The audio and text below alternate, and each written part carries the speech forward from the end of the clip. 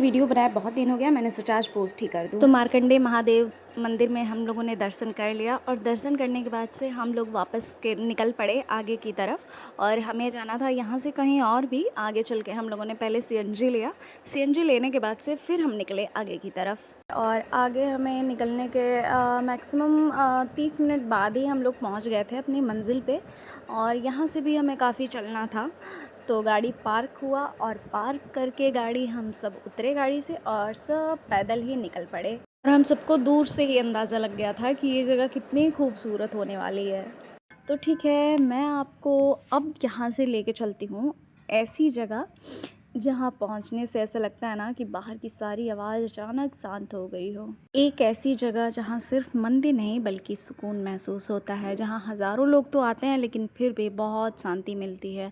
इतने हज़ारों लोग के रहने के बावजूद भी बहुत आराम, शांति, टेंशन फ्री सब कुछ। मैं क्या क्या बताऊँ और कितना तारीफ़ करूँ इस जगह की, कम ही है।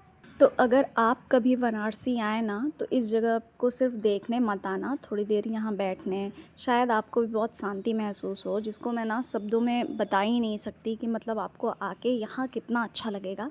अगर आप वाराणसी आ रहे हैं तो यहाँ ज़रूर विज़िट करें। तो मैं आपको लेकर चलती हूँ और दिखाती हूँ मैं किस जगह की बात कर रही हूँ और कहाँ आने के लिए बोल रही हूँ। तो हम सब गाड़ी पार्क करके और निकल पड़े थे जहाँ हमें जाना था। मैं और मम्मा, मेरी मम्मा है, उनके साथ में निकल पड़ी मैं, और बाकी बच्चे सब आगे आगे थे। तो हम लोग फाइनली पहुंचने ही वाले थे। प्रवेश द्वार से भी ना काफ़ी चलना पड़ा हमें, पार्किंग के बाद से थोड़ा सा चलना पड़ा, और हम लोग बस पहुंचने ही वाले थे। दूर से ही दिख रहा था, तो आप लोग को दिख गया होगा कि मैं कहाँ आई हूँ और आपको कहाँ लाने की बात कर रही थी। और मुझे ना फूल पौधे मतलब इतने पसंद हैं कि मैं क्या ही बताऊँ। यहाँ मतलब मैं तो आगे बढ़ ही नहीं रही थी, यहाँ पे इतने सारे फूल गेंदे के लगे हुए थे ना, मैं यहीं रुक गई और उस फूल को देखी जा रही थी, देखी जा रही थी। तो मैं आप लोग को लेके चलती हूँ आगे भी और दिखाती हूँ यहाँ की खूबसूरती कि ये कितना सुंदर है। मैं यहाँ पे पहली बार आई हूँ, ये मेरा फ़र्स्ट टाइम है यहाँ पे। तो यहाँ हम और मम्मी बस आगे बढ़ गए। मम्मा बोली कि चलो आगे चलते हैं, फिर वहाँ से घूम के आके फिर हम लोग बैठा जाएगा। तो फिर हम लोग निकल पड़े और ले चलती हूँ मैं आपको और आगे और दिखाती हूँ। और ये मंदिर इतना बड़ा था ना कि मेरे कैमरे में फ़िट हो ही नहीं रहा था, मतलब मेरा कैमरा कैप्चर नहीं कर पा रहा था, यहाँ की खूबसूरती भी नहीं कैप्चर कर पा रही थी मैं तो। मेरे आँखों ने जो देखा वो कैमरे में तो है ही नहीं। और पता है क्या, पहली नज़र में ये जगह ना किसी मंदिर से ज़्यादा एक विशाल राजमहल जैसा दिखाई दे रहा था। संगमरमर की चमक, चारों तरफ ऐसी शांति ना, मैं क्या ही बताऊँ आप लोगों से। और वाराणसी की पवित्र धरती पर बना स्वर्ण वेद महामंदिर जितना दिन में भव्य दिखता है ना, रात में उसकी रोशनी उतनी खूबसूरत दिखती है। आप यहाँ पे दिन में ना आके शाम को भी आ सकते हो, ताकि आपको रात को, और ये मंदिर बहुत खूबसूरत दिखाई देता है, तो आपको रात का भी नज़ारा देखने को मिल जाएगा।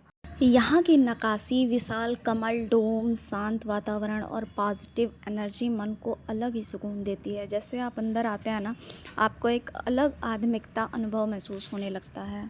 और इस मंदिर के दीवारों पे ना संगमरमर से लिखे गए स्वर्ण वेद के श्लोक भी हैं। कहते हैं कुछ जगह सिर्फ ईंट और पत्थर से नहीं बनती, उनमें एक अलग ही ऊर्जा बसती है। और आज मैं एकदम ऐसी ही जगह पे खड़ी थी, और मैं आज आपको एक ऐसी रहस्यमयी और शाही जगह पर लेकर आई हूँ जिसे देखकर ऐसा लग रहा है ना कि पुराने किसी राजा महाराजा के महल में अचानक से आ गई हूँ मैं एकदम ऐसा ही मुझे महसूस हो रहा था। और ये स्वर्ण वेद मंदिर ना पहली नज़र में आपको एक मंदिर से ज़्यादा एक विशाल राजमहल जैसा दिखाई देगा। पता है, मैं यहाँ घूम रही थी ना, तो मुझे बिल्कुल खबर नहीं थी कि मेरे दोनों बच्चे किधर गए, पति किधर गए, मम्मी किधर गई। सब अपने में खो गए थे, सबके सब इधर उधर घूम रहे थे, कोई किसी को ढूंढ नहीं रहा था। सबको शांति से घूमना था, इस जगह को देखना था।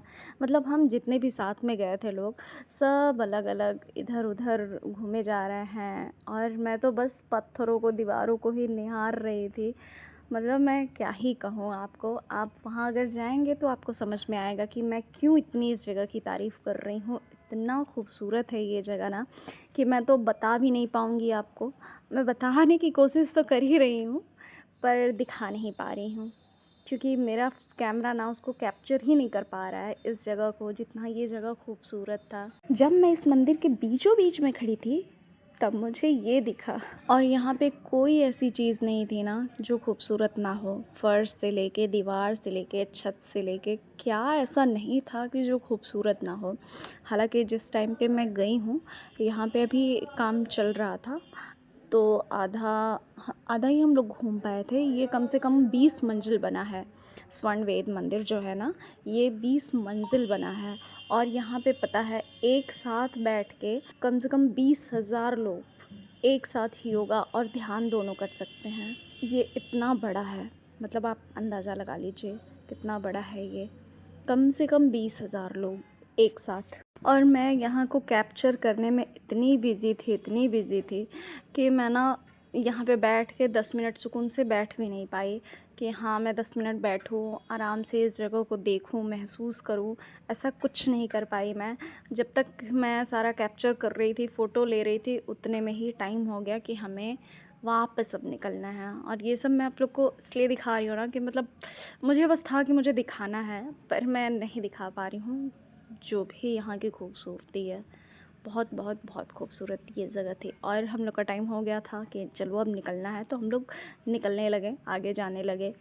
और यहाँ मैं अब सबको ढूंढ रही थी एक एक करके। बड़ा वाला तो मुझे ही ढूंढते हुए आ गया, पर छोटा वाला मुझे मिल नहीं रहा था। फिर मैं बाहर निकल के मैं सोची कि बाहर जाके रुकती हूँ और देखती हूँ, हो सकता है शायद वो पहले चले गए होंगे लोग, क्योंकि छोटा वाला बाबू ना बाकियों के साथ था, मतलब हस्बैंड के साथ होगा या फिर अपने चाचू लोग के साथ होगा। तो मैं सोची कि बाहर चलती हूँ, उतने में ही पीछे से एक झुंड आ गया। मैंने सोचा कि मैं रुक लूँ, इन्हें निकल जाने दो, फिर मैं निकलती हूँ।